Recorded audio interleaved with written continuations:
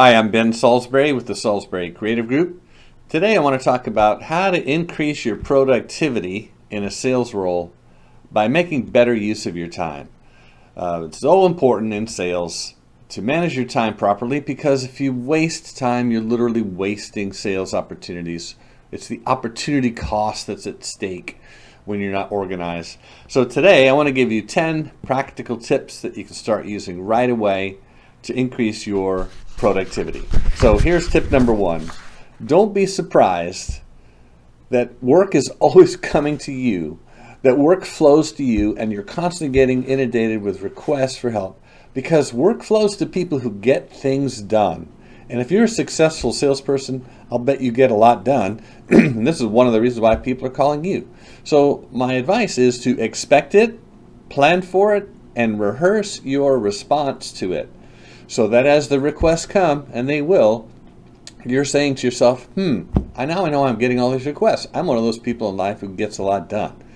So just increasing your awareness of that and look for it coming, anticipate it so that you can be ready for it, because you don't have to say yes to everything you do. But if you're one of those people who gets a lot done, work is going to flow to you. So that's tip number one. Increase your awareness about that. Tip number two. Sacrifice a little perfection on the altar of efficiency. Now, I'm not saying don't be excellent. I value excellence. There's certain things that you need to strive for excellence, absolutely, and always improve. But there are a whole lot of other things that do not need to be perfect. A couple of examples: you're putting together a PowerPoint presentation and you keep jacking with the template and jacking with the colors and jacking with the font and swapping out this picture and that picture. It's in the big scheme of things, these things aren't important. What's important in a PowerPoint presentation is the messaging. There's a great book called the Presentation Zen. I highly recommend that you get that book. So start practicing sacrificing some perfection on the altar of efficiency. And I do mean practice, because this takes a while to get the hang of it. Boy, once you do, you'll really love it and your productivity will soar. Number three, increase your tolerance for disappointing people. Now, this is really hard for salespeople. Most salespeople are people pleasers. They want to do the right thing, especially for their customers.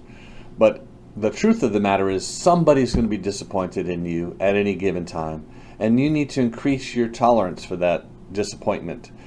Certainly want to prioritize the people in your life that you want to disappoint, but just remember the key to this tip is increase your tolerance. Somebody's always going to be disappointed. You can't please all the people all the time. So practice increasing your tolerance for disappointing people. A great book for this is Henry Cloud's book, Boundaries. Learning to set good boundaries in a healthy way keeps you productive, but it also eliminates some of the hurt feelings of the people that don't get what they want from you when they expect to. Tip number four, eliminate should from your vocabulary. Stop shoulding on yourself. This is a big one for a lot of people, and a lot of these tips, as you'll see, are kind of connected in terms of why salespeople are vulnerable to these. But here's how you get started on tip number four. Start paying attention to the ways you do it to yourself. Keeping a journal is really good for this. Notice how many times you say to yourself, I really should do this, I've really got to do this, I've got to do this, I've got to do this. One of the things that happens to me when I can't take a peaceful shower, because when I'm in the shower, my mind is like, I got to get to work faster. I got to do this. I got to make sure when I get there, I do this. That thing goes on in my head, and it is not productive. It feels productive, but it is not. You need to eliminate should from your vocabulary. Timothy Ferriss from the 4-Hour Workweek likes to say that most things don't matter. Most things are trivial. And so to begin to sift through that, you really need to practice eliminating this idea and this word should from your vocabulary. Tip number five, one of my favorites. Be a little slower to respond to people. Drag your feet just a bit and don't get back to them right away. People are impatient, they'll get tired of waiting, and they'll move on to the next person. This happens a lot to salespeople. Back in point number one, I talked about how work flows to people who get things done. Well, so do all these requests for stuff. And a lot of times people call you because you always say yes. Why make if I'm somebody who needs something, why would I make 3 or 4 phone calls? I know who to call. They always say yes. We'll start to not become one of those people. And the way you do that is just slow down a bit in terms of how long it takes you to respond. People are impatient, they'll move on. So let's say you get a call, you leave it, go to voicemail, it says, hey, I really need this and this and this, and you wait an hour or finish your sandwich, and then you call back, and guess what they say? Oh, I already took care of that. I already got that taken care of. That's what you want. So just dragging your feet a little bit, being slower to respond. Now, I'm not talking about customers. I mean, you need to be very responsive to your customers. I'm talking about, and I'm not talking about your family. Your family is important. But there's a bunch of people in your life that aren't mission critical to your business that are constantly pestering you for something. And I submit to you the key to getting out of this is to be slower to respond. Number 6, and this is very similar to number 5, and that is screen your phone calls. Are you one of those people that answers the phone every single time it rings, no matter what you're doing or who you're with? Even if you don't know who it is, this has got to stop. If you're a salesperson who aspires to sell more, you got to get better control of your time, and this is one of the best ways to do it. I rarely answer my phone.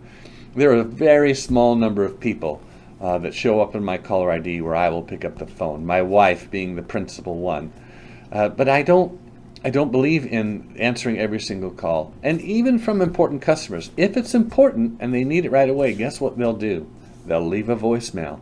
As soon as you get the little thing that says you have a voicemail, listen to it and then make a decision about how soon you're going to call back or what you're going to do about it. Now, the vast majority of these calls do not need to be returned right away. In fact, the calls where people don't tell you why they're calling, hey, this is Jimmy, give me a call when you get a chance. That guy ain't getting a call back. I'm sorry. I have trained people in my life that if you don't state what it is you want when you leave me a voicemail, I'm not calling you back. My time is very valuable, and I place a high value on it. If you don't place a high value on your time, other people won't. So practice that. It takes practice. One of the keys here is to make sure all of your contacts are in your iPhone or your smartphone so that you can see who's calling. But if it's an unknown number or just an area code and you don't recognize it, let it go to voicemail. They'll leave a message. You can listen to it right away. And if it's important, call back. Most people are on the phone all day anyway. They didn't expect to reach you.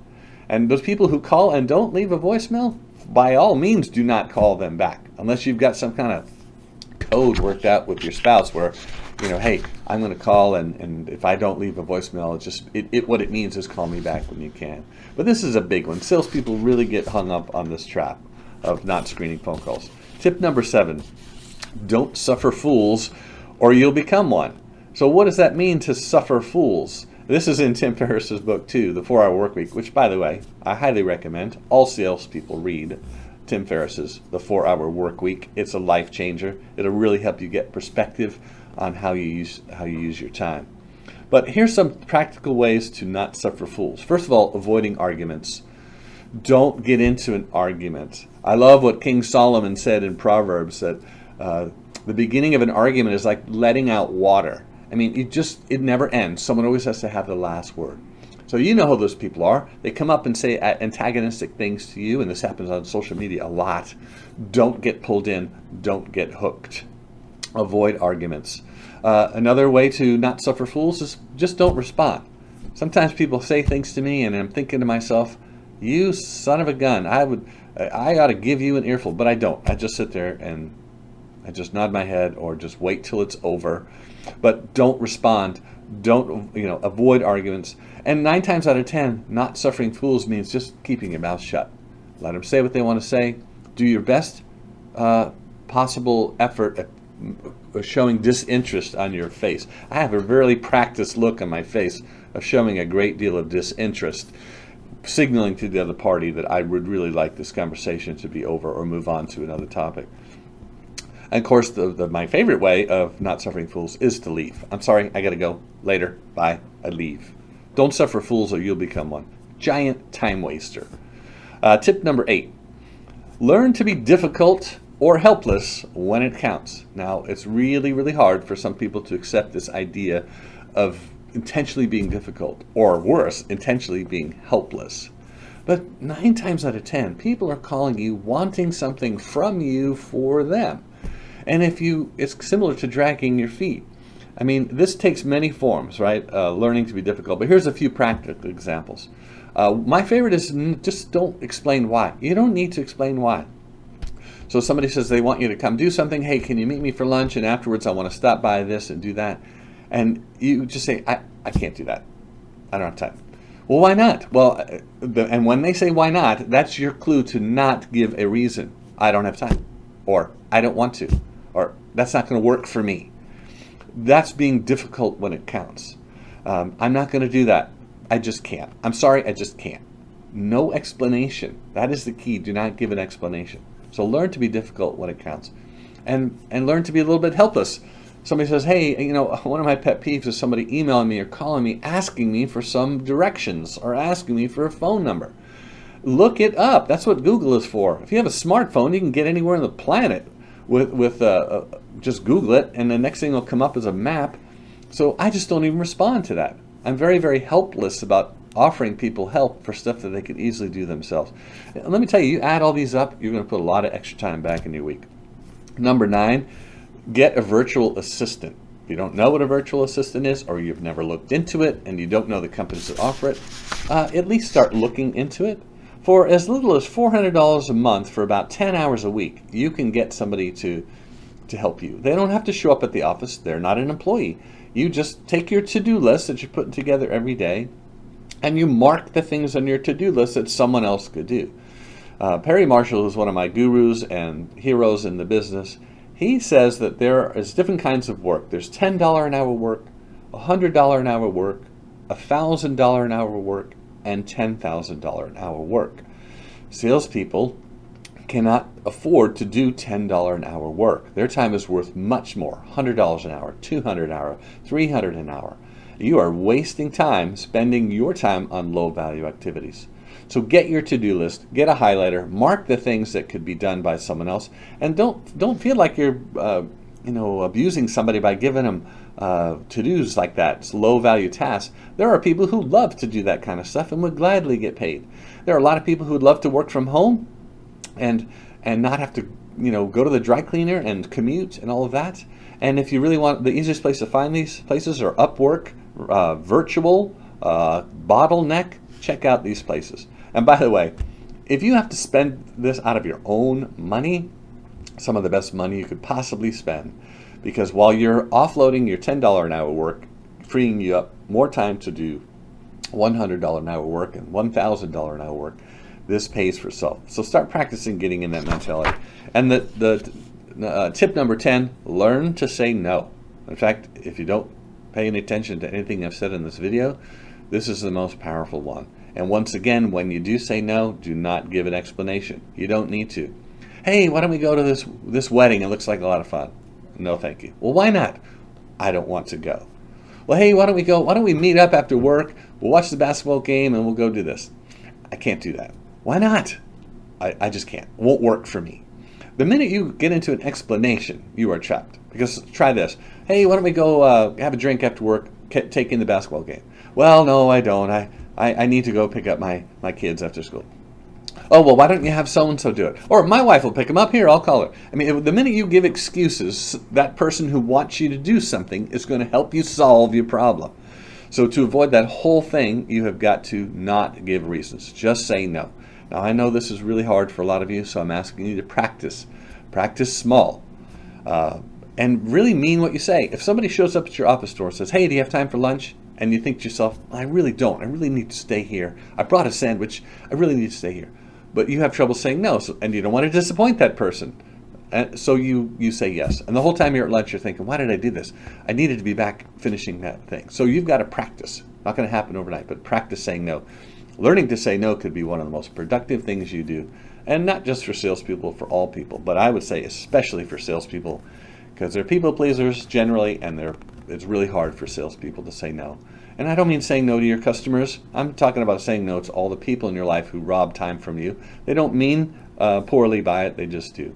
Anyway, hope these 10 tips help. If you're watching this video on YouTube, I would love it if you'd subscribe. Also, it helps me when you click the like button below. And if you're not watching it on YouTube, I'll put my phone and email in this video. I do a lot of training for salespeople, and I would love to train your sales team too. Thanks.